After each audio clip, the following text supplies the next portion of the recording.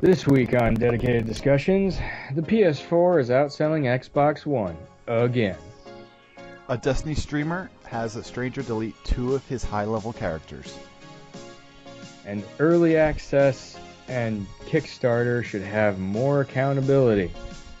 All that and more this week. I'm Dan. I'm Robert. And this is the Dedicated Server.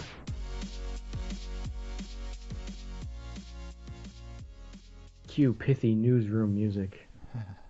Cue heat, goddammit! Brr, it's winter. Yes, in case anyone hears shivering in my voice, that's because my heat is currently broken right now. And it is one of the coldest days it has been around here in a while. One more reason why no one should live in Jersey. Hey, I'm all for not living in Jersey. See? Right from the horse's mouth. So, Dan, did you hear about what's going on with the PS4 and the Xbox One? I heard about it. You heard that once again, the PS4 is crushing it on the sales. Yes, which is weird because the month before, Xbox was supposedly making a comeback.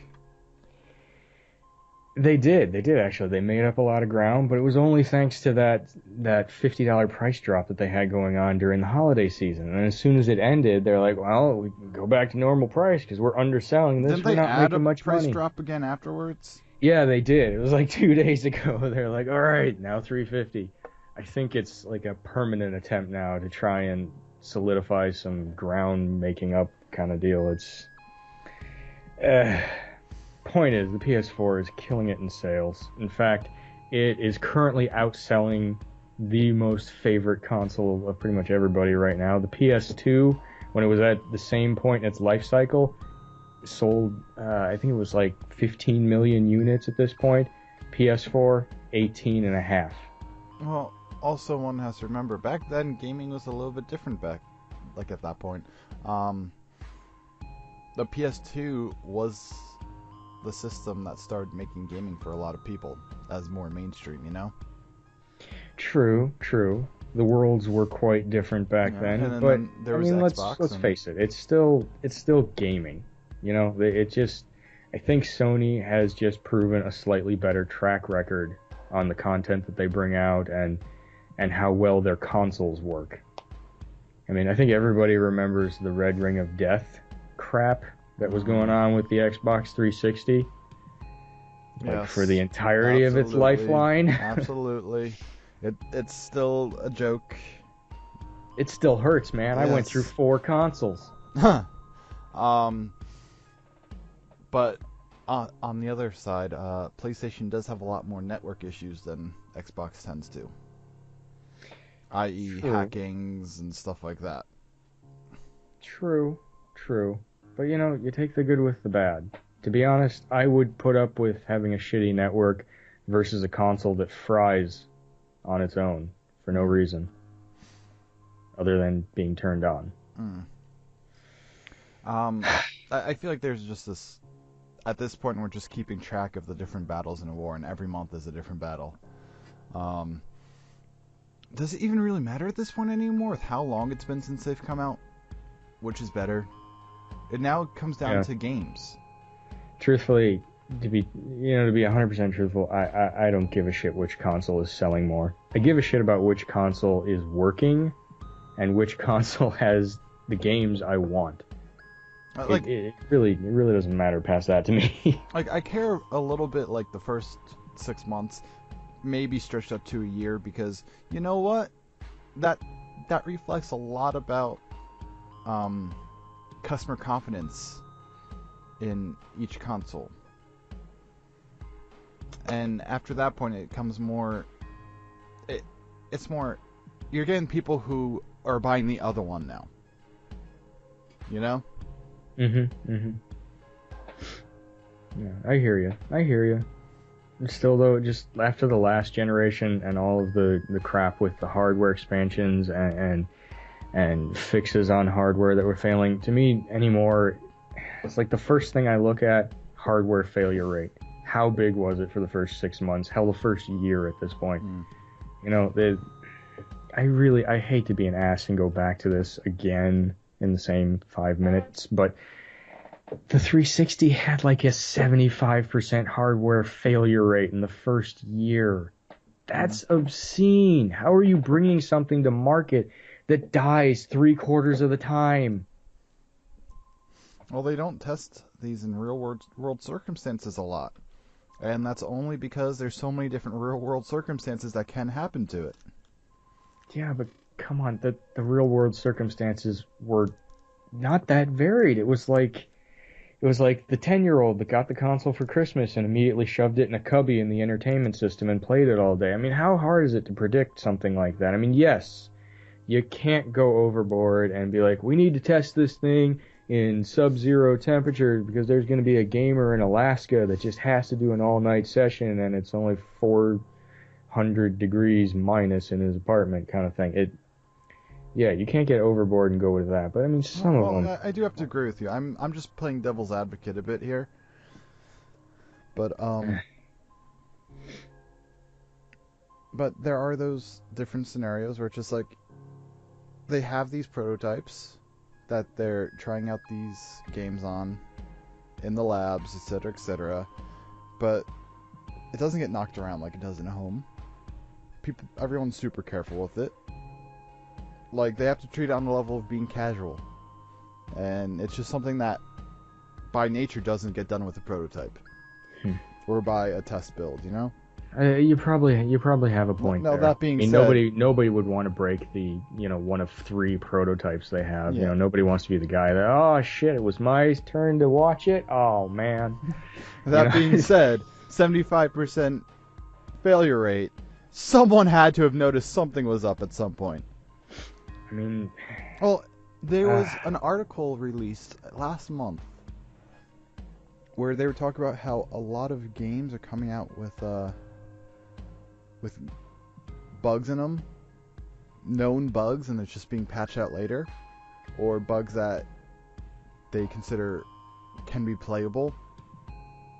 And I feel like they're doing the same thing for hardware to a certain extent. Yeah. I couldn't agree with you more on that one. I mean, bugs and glitches in games, come on, that comes with the territory. But, well, this is also a problem that comes with console versus PC. You'll never find that that sort of hardware shit going on with a PC, simply because it's the individual components that matter. If you don't like a certain graphics card or a certain type of memory, you're getting a freaking another one. Meanwhile, when you're buying an Xbox or a PlayStation, you're buying the entire console. If it breaks, you have to buy a whole nother console of the same type. They're still getting your money. Valid point. Although it kind of seems like a underhanded, guaranteed business kind of thing, but whatever. I don't think we should get into full business ethics on this because this would never end. Well, it's like businesses the don't argument. have ethics. I think that is the argument. Start and end right there. See, no, they have ethics. It's just which way those ethics point. Shades of gray. Let's move on. Dan, please tell me about what happened in Destiny. Oh, oof.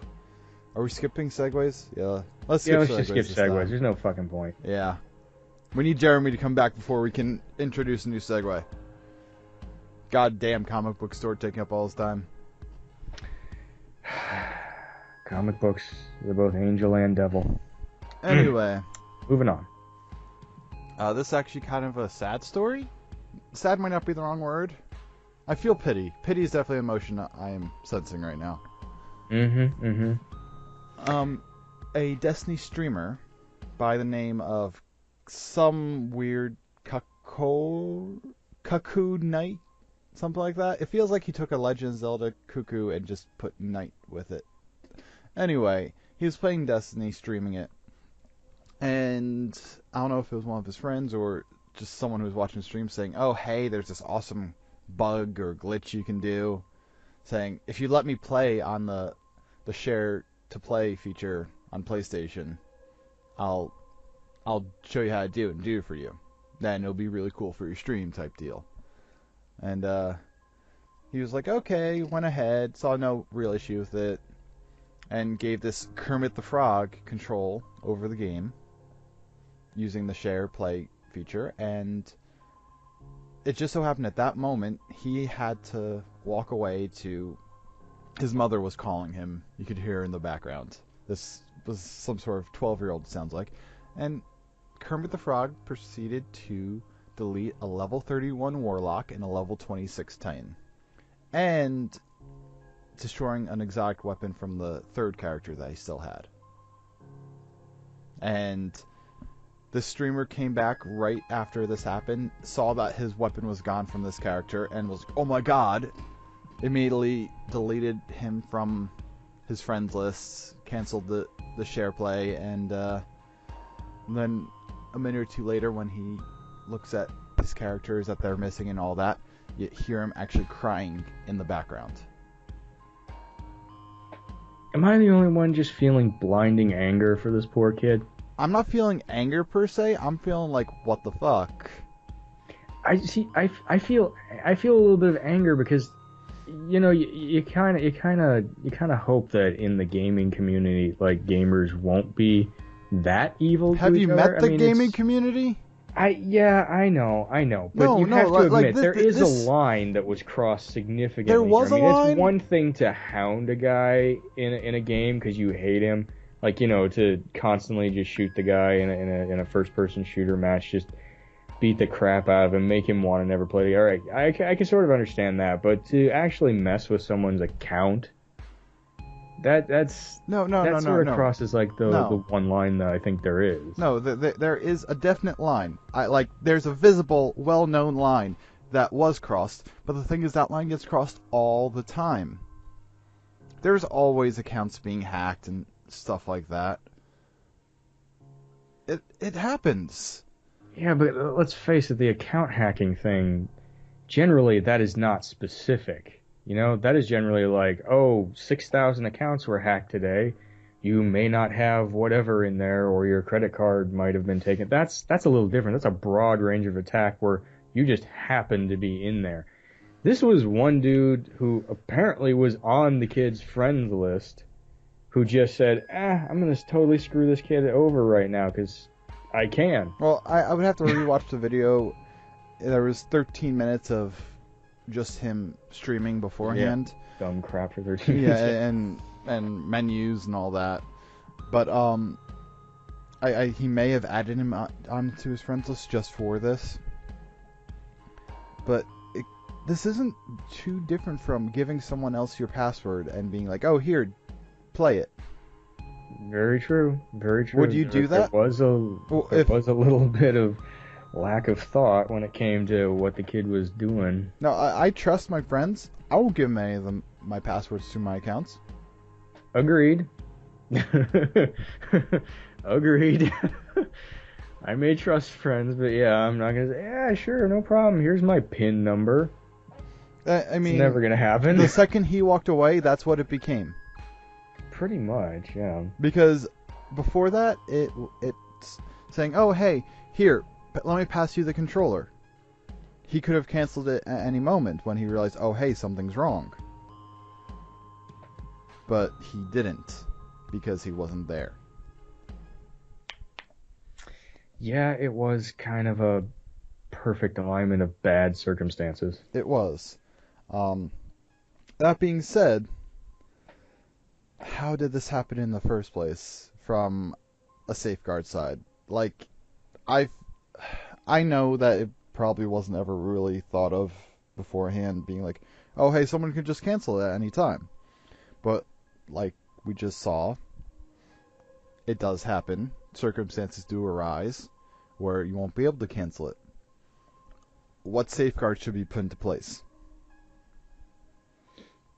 You know, we were actually talking about this a little bit before we started recording, and the only thing we could really come up with is maybe they could put in like a password prompt when somebody who's messing with an account through a remote connection does anything serious, like wanting to delete stuff. There should be a prompt that says, okay, just put in your PlayStation account password. Yeah. Well, in this specific instance, he was like playing the game actively at the time. I just feel like maybe there should be a safeguard saying a game should detect whether it's from share play or from actually being played at the time, and be like, oh hey, you can't delete this through share play. You have to be actually at the console. See, that makes sense to me, but I honestly I can't figure out how they would do that, because if you think about it, the point of share play, one of the main points, anyways, was if you were gaming with friends or acquaintances, and you got stuck on something in the game, you couldn't do it yourself. Someone speaks up, says, "Oh, I got through that yesterday. It's real easy." Sure, I'll take over for you and get you through that moment. It's kind of like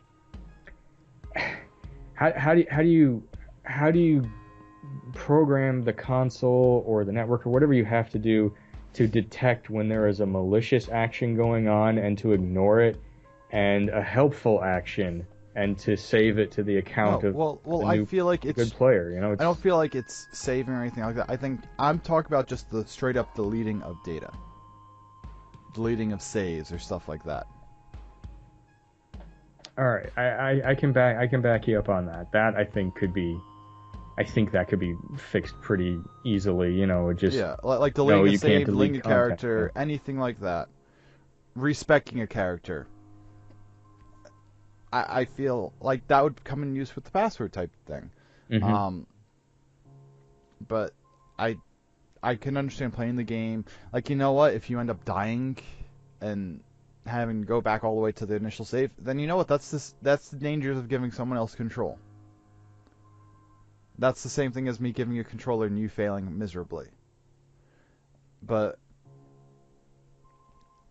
when it comes to what you worked for and the data just being gone that you saved, no, shouldn't happen. Mm-hmm. I think overall we can just agree that the player that deleted this kid's characters is a dick. Kermit the Frog's Kirmit, capital the, and lowercase frog.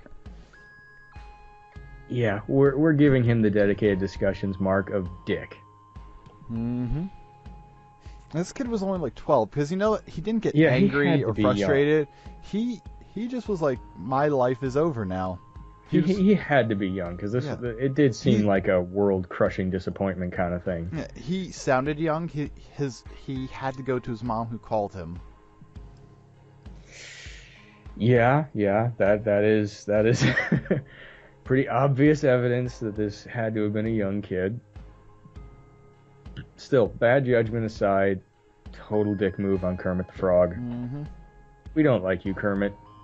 We suggest you try and hide for a little while, because there will be other gamers that will beat the crap out of you in-game. Just delete your account. Start afresh. It'll probably be easier. Go into the witness protection program. Kermit the Frog, I have no idea what you're talking about. My online handle is Kermit the Frogger. And seriously, and first seeing the first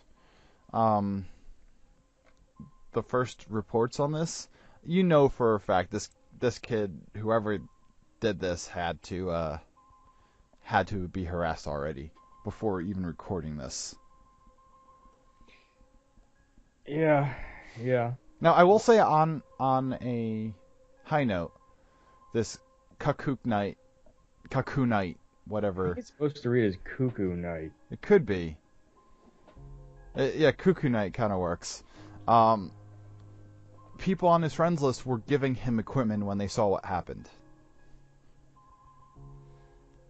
Which, I mean... Small glimmer of hope. Yeah, it's nice, and he's like, thanks, guys. Like, that wasn't really the weapon I wanted or was like looking for, but just like, thanks, guys. It does mean stuff. Yeah, just some sort of consolation prize, if you will. Yeah, and he was not like he was asking for. Like, they just were sending him stuff. Yeah. See, that's the kind of way I really, really had hoped the gaming community would be, but it never seems to be that way. I mean, like, yeah, the handful of small friends playing, it's like, it'll be that way. I mean, the gaming community has done wonderful things. It's that just is true. like when we set our minds to something, we end up doing it. It's just most of the time we end up dicking around and having fun. Rather than actually being coming together for a good cause. It just goes back into like the internet and the facelessness that it represents and no accountability kind of thing. I mean, like on the good thing gamers have done. Do you remember years ago, before Half-Life 2 came out? Do you remember reading that Valve's networks were hacked and a copy of the game was stolen? Do you remember reading about this? Yes. For the life of me, I can't remember specifics about anything, but I do remember. Just somebody hacked their account, stole a copy of the game. This was like something like 6 months before it was going to actually hit the stores. Mm-hmm. And in the end, it was gamers, other fans, found out who the hacker was, tracked down his address, and gave it to Valve. It was gamers that stood up and said, "Hey, that's not fucking cool. You're a dick. We're going to report you." So yes, there are some really awesome things that gamers have done, because let's face it, there isn't anybody out there that hasn't played the Half-Life 2 game and be like, you know what? I may hate this game, but it is solid. I can respect it on that level.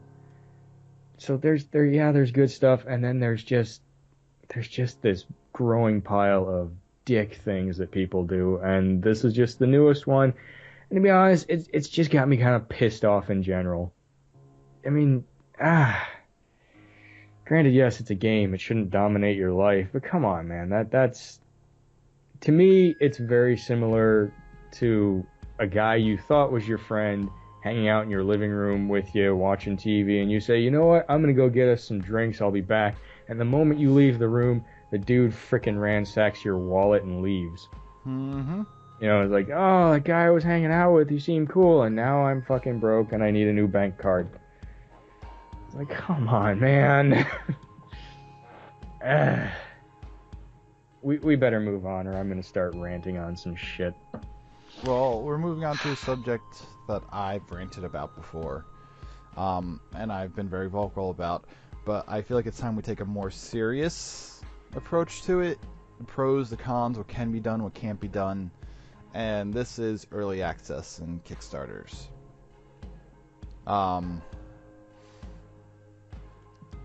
This is kind of being brought about by a tweet that came out from the DayZ creator, where even he says that early access and Kickstarter, if we want them to succeed as a method of funding for games, we need accountability.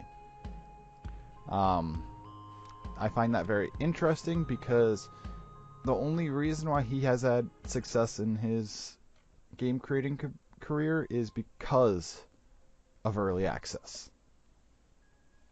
Mm-hmm. Mm-hmm. He has so much to thank early access for right now. It is what helped him move games in the end, so yeah. We know all about the problems of early access. Just today, or was it was either today or yesterday, where a game that got funded for over $100,000 is no longer continuing development. You're talking about that dinosaur hunting thing that was on Steam in an early access form, correct? No, this one was on Kickstarter, I think.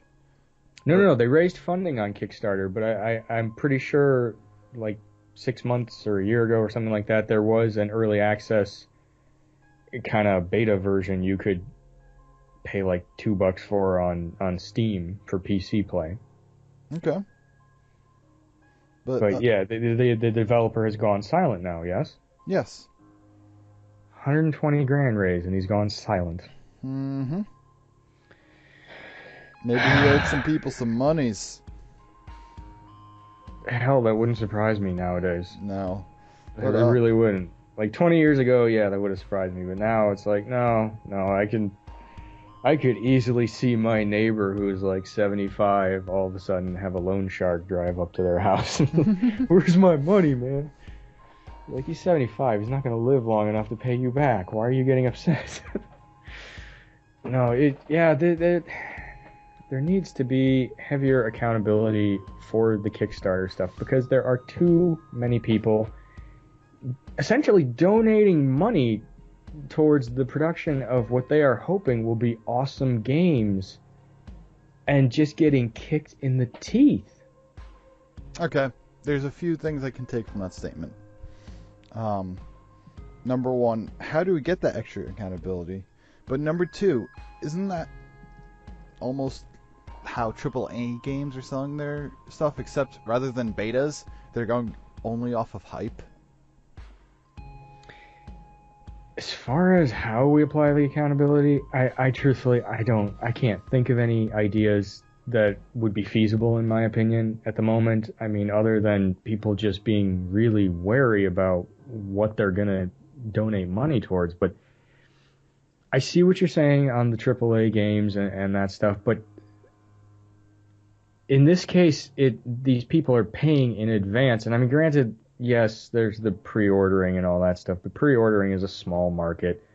Let's face it, there's like what 2-3 titles a year that have hundreds of thousands of pre-orders, and it's usually like fucking Call of Duty or something like that. Mm-hmm.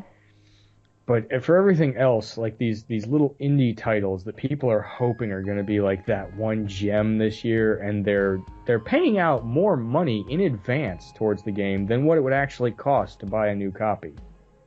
I mean, I remember reading the article about I don't even remember the game company. It's some little indie thing with the guy that went silent. But the point is, one guy donated $90. Now, granted, that's not a ton of money, but still, even if this was a AAA title for a big console, he's still $30 over the cost. Considering this was like an indie-produced game that was going to be on a PC, it probably would have only been like $30. So Okay. this guy paid 3 times the amount of money in advance for a game he was really hoping would be awesome. Okay. Well, I understand the dangers, but the only danger that should be assumed by the person donating is that they don't like the product at the end. Not that there isn't one, or not that they didn't go with their promise, that they didn't end up liking it. That ended up being a bad game. Very true. Now, the way I see that it can be held accountable is by certain legal measures, where these sites, they start saying, oh hey, if you're promising incentives for people donating money, you need to either deliver on those incentives, or B, give them their money back. A lot of these incentives have a copy of the final game, right? True. That usually is the driving force behind a lot of these larger donations, is free copy of the game, maybe some extras. Yes. So if you can't finish the game for some reason, should they not get their money back considering they're not getting it? Trust me, I agree with you wholeheartedly on that. I think that should be the case. If the game isn't finished, then yeah, they should be paying money out. But hell, you know, I'll even take, you know, if you got the extra stuff, like posters or like a thank you note, you get the that stuff, and you just get given back the cost of the game, you know? Like, I'll even take that. Yeah, so it'd be like a partial refund, like what it would have cost you to buy a legitimate copy. Yeah, I agree. That would make it sting a lot less. I understand stuff happens, games don't get finished for whatever reason. But you're promising them something for their money. No other industry is that okay, where if I paid you and you didn't give me a product, is that acceptable?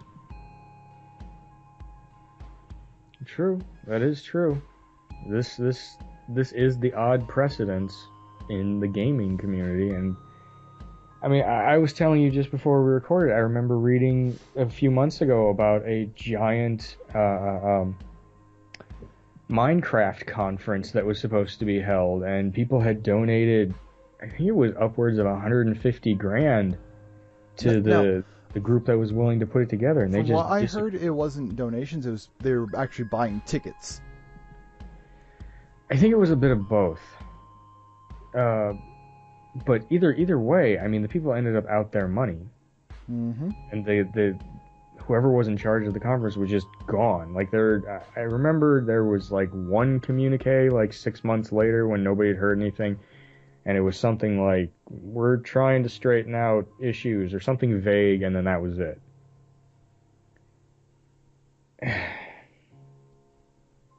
It makes me sad that things work out this way, this often. Well, What do you think, Dan? Do you think things like Kickstarter and early access are going to eventually go the way of the dinosaur because of crap like this? Like, people will lose faith to the point where they don't want to. I think people are They don't already wanna pay losing out. faith. Like, it's happening more and more. I have specific rules for early access games now on whether or not I'll buy them. Pretty much it's, if I look at a game and I say I'll be happy with where this game is right now, then I'll buy it. It doesn't necessarily need to be finished, just as if it's something I can play and have fun with. But I won't buy a game based off of what I hope it could be. So basically, you refuse now to buy an early access game based on like the hype that the company is shoving down your throat about it. Yes. Okay. I've been It's burned a solid, by that before. practical way to look at it. I've been I think burned that's by probably that the only way you should look at it. Mm-hmm. Truthfully, I don't do early access. I don't do that at all because There was a while don't when see a early access first came out where everything coming out was like golden. Okay? But then people started getting lazy and it got flooded with these cheap knockoffs. I'm actually surprised I'm keeping my composure so well in this conversation because it is driving me crazy talking about this before. And me and my friends, we were like buying a different early access game like every 3 days. And we were enjoying it. But it kind of just went downhill very fast at a certain point. Yeah, it definitely seems like the kind of market that would get flooded the moment somebody sees, oh, we can actually make some money in advance here. Let's put our shit up. I feel like this is also part of the danger of people who haven't reached a certain level professionally putting this stuff together. Where that is an incredibly insightful point you got there, man. It's people with great ideas putting together these things and hitting a roadblock and kind of just like stalling at the roadblock because they don't have the experience to handle it. Yeah, the experience or the drive. Yeah, you have an extremely good point there. That is what's going on a, like, what is it, like 95% of these Kickstarter things are like indie companies trying to get up and running. Which is, nothing's wrong with that. That's how but every if they company can't starts. you're right. If they can't handle the pressure or there's something that stalls them and they just flounder there as opposed to trying to figure out the issue or to work around it or adapt. Yeah, you're right. That is an incredibly valid point. I mean, it's kind of a rite of passage. True, but it's a rite of passage with our money in advance. Yeah, well, I mean, originally, companies got big by putting out product. They'd either put in their own money that they got from some other fashion, throughout their life, and they earned the money that way, or they got it from investors who were taking on the risk then. The only difference here, the investors are people, everyday people now, rather than companies or people with millions of dollars who are running risk assessments. Yeah, there is a world of difference between the guy that has to eat $60 on a failed project who needed that $60 and the guy that can eat $1 million and didn't need it at all.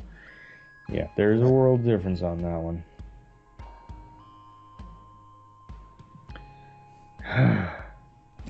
It really what it comes down to is the inexperience of